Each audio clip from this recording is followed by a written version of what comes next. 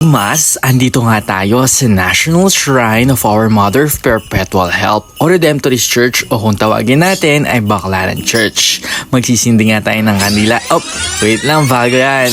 Umpisa muna tayo kung paano tayo pumunta dito. Para humahaba-haba naman yung vlogmas natin. Para hindi kayo ma-bored. Gabi nga nang pumunta ako dito. Pumupunta ako lagi pag after 12 ng midnight. Bakit? Dahil onti ang tao. Dumadaan ako muna sa mga daanan na walang traffic, either magmotor o magkotse o yun lang naman ang choices ko. This time, kasama ko ang aso, si Cassie, the white dog, si Cassandra. Tapos dumaan muna ako ng gasoline station. Mahigpit nga ang aking hawak sa aking wallet dahil napakabigat. Buti na lang may mga promos ang Shell station. After that, magdadrive tayo at dadaan muna tayo dito sa sikat na kainan sa Parañaque, ang Matis.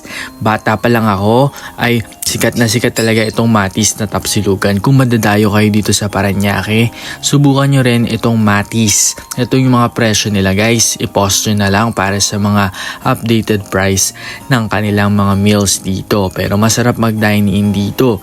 Ang naisip ko lang kasi kailangan ko mag-takeout dahil malilate na nga ako ng uwi. Dahil after midnight nga ang punta ko dito sa Redemptorist. Ito yung mga presyo kapag maramihan ang bibili nyo yung tapa. Sabi nila, tapa daw ng kabayo ang gamit dito. Hindi ko alam kung totoo.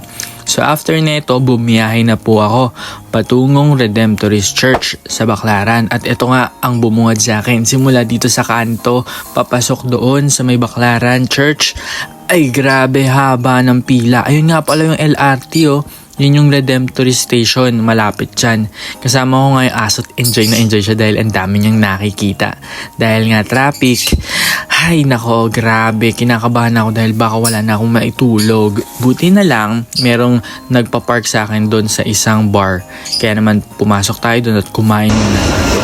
Pagpasok, nagulat ako kaya pala ang daming tao dahil nagkaroon ng misa ng 12 a.m. Katulad siya noong October, pagsapit ng 12 a.m., nagkakaroon siya ng misa. Palabas na yung mga tao. Kaya naman, sakto, pagpasok ko, wala na mga tao pero nakabukas pa rin ng mga ilaw. Kaya nakita ko napakagandang ilaw dito sa altar. Kudos doon sa team ng Redemptorist Church dahil laging pasabog ang inyong mga programa, ang inyong mga decorations. Basta may event, pinag-iisipan ninyo yung layout ng altar, ng paligid ng simbahan.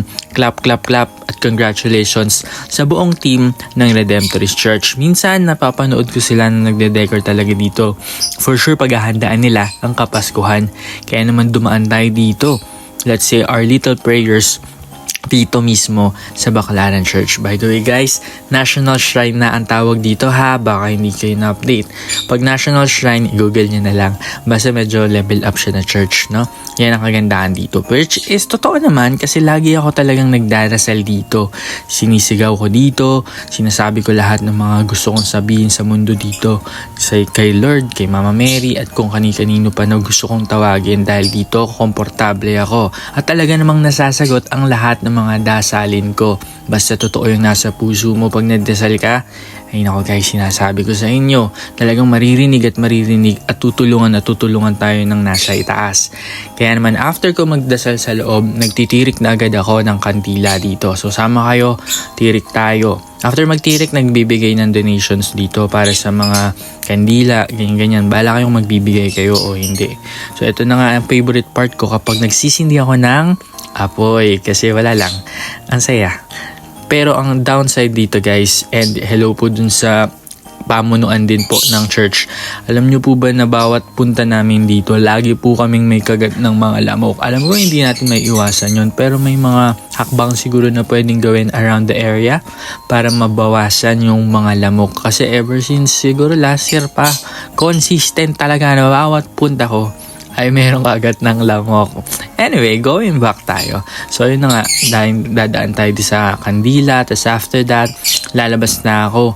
Paglabas ko guys, wala akong cash. Lagi kasi akong cashless. Hindi ako nakabili ng suman. Lagi akong bumibili ng suman dito sa gilid, no? Meron akong suki dyan, si kuya. Wala daw siyang Gcash. Yun yung hirap. Dapat tinuturuan talaga yung mga negosyanteng maliliit para mag-level up sa kanilang mga negosyo. Gawin siyang project ng ating gobyerno. So yan, Uwi na tayo dahil mauubusan ako ng tulog ngayong gabi. So guys, daan din tayo dito sa Redemptorist Church. By the way, ito pala yung Redemptorist Station. Tapos pinakita ko kanina doon sa traffic, andun yung mismong direct na tawiran mula Redemptorist LRT patungo ng Baclaran Church. Yun lang!